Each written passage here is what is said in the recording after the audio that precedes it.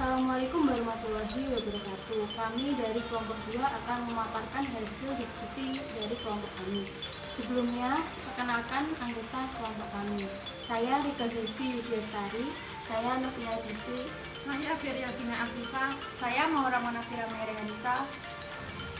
Langsung saja kita mulai pembahasannya. Pada poin A yaitu jenis lembaga negara. Lembaga-lembaga negara dalam susunan pemerintahan pusat yaitu yang pertama lembaga legislatif yang terdiri dari MPR, DPR, dan DPD. Dan selanjutnya yaitu yang kedua lembaga eksekutif. Yang ketiga yaitu lembaga yudikatif yang terdiri dari Mahkamah Agung, Mahkamah Konstitusi, dan Komisi Yudisial. B. Lembaga-lembaga negara dalam susunan pemerintah tingkat kota dan provinsi, terdiri dari gubernur dan bupati. C. Lembaga-lembaga negara dalam susunan pemerintahan tingkat kecamatan, terdiri dari camat.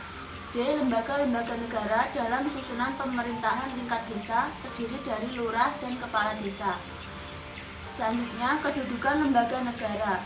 Kedudukan lembaga negara merupakan tempat di mana suatu lembaga dalam hubungan dengan lembaga-lembaga lainnya. C. Tugas dan wewenang lembaga negara. Lembaga-lembaga negara dalam susunan pemerintahan pusat terdiri dari satu lembaga legislatif yang terdiri dari A. MPR.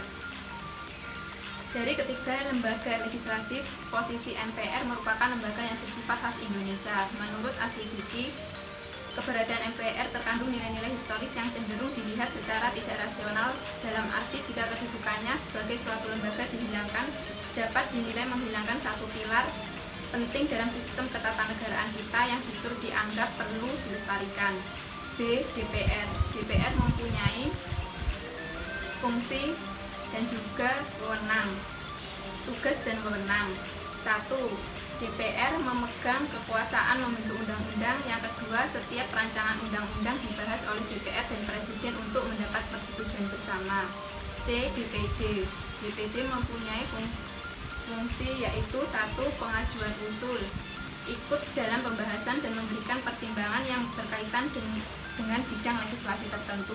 2. Pengawasan atas pelaksanaan undang-undang tertentu. Kedua, lembaga eksekutif. Lembaga eksekutif terdiri dari kepala negara seperti Raja, Perdana Menteri, atau Presiden beserta menteri-menterinya.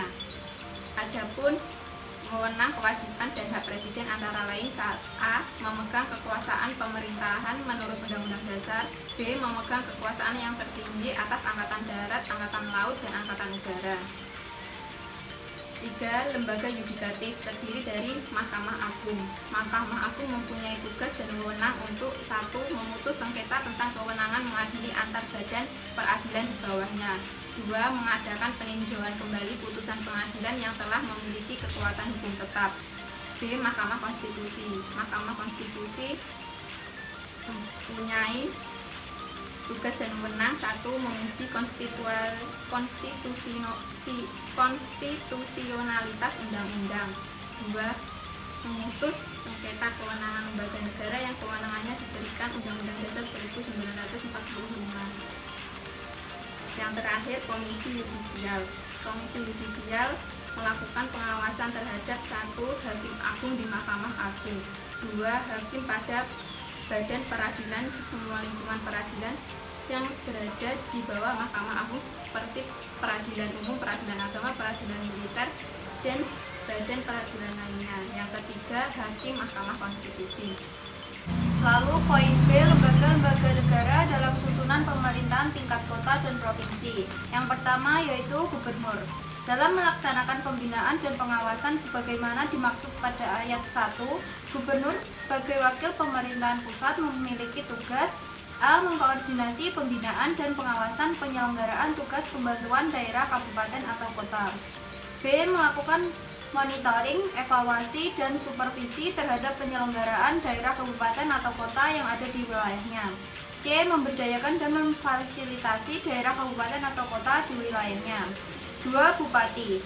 Bupati atau kepala daerah memiliki tugas dan wewenang kepala daerah, yakni A. Memimpin pelaksanaan urusan pemerintahan yang menjadi kewenangan daerah berdasar ketentuan peraturan perundang-undangan dan kebijakan yang ditetapkan bersama DPRD. 2. Memelihara ketentraman dan ketertiban masyarakat. C. Lembaga-lembaga negara dalam susunan pemerintahan tingkat kecamatan. Yang pertama yaitu camat. Tugas dari camat yaitu mengkoordinasi kegiatan pemberdayaan masyarakat. 2. Mengkoordinasi upaya penyelenggaraan ketentraman dan ketertiban umum. 3.